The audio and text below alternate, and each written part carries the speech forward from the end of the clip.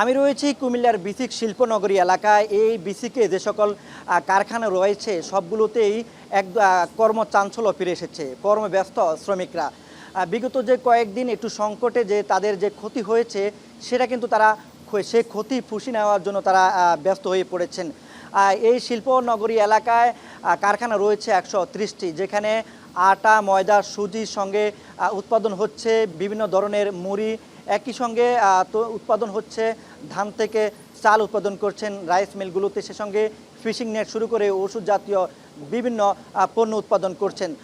এখানকার যারা রয়েছেন কর্তৃপক্ষ বিসিক শিল্পনগরীর, তারা বলছেন যে স্বাভাবিক সময়ে যেভাবে পণ্য উৎপাদন করছেন এই কারখানা শ্রমিকরা, সেই দৃশ্য কিন্তু পুনরায় ফিরে এসেছে। একেবারে দিন রাত ব্যস্ত সময় পার করছেন। তবে উৎপাদন করার পর যে সরবরাহ সঠিক সময় করতে না পারায় যে বেকারি জাতীয় পণ্যগুলো রয়েছে সেগুলোতে কিন্তু কিছু ক্ষয়ক্ষতির কথা মালিক পক্ষ আমাদেরকে বলেছেন। তবে তারা আবার উৎপাদন শুরু করেছেন যাতে করে খুব সহসায় তাদের যে ক্ষতি হয়েছে আর্থিকভাবে সেটি তারা পুষিয়ে নেওয়ার জন্য কাজ করছেন। তো খুব তাড়াতাড়ি তারা তাদের সে ক্ষতি কাটিয়ে তারা আবার স্বাভাবিক সময়ে ফিরবেন, এমনটাই প্রত্যাশা করছেন।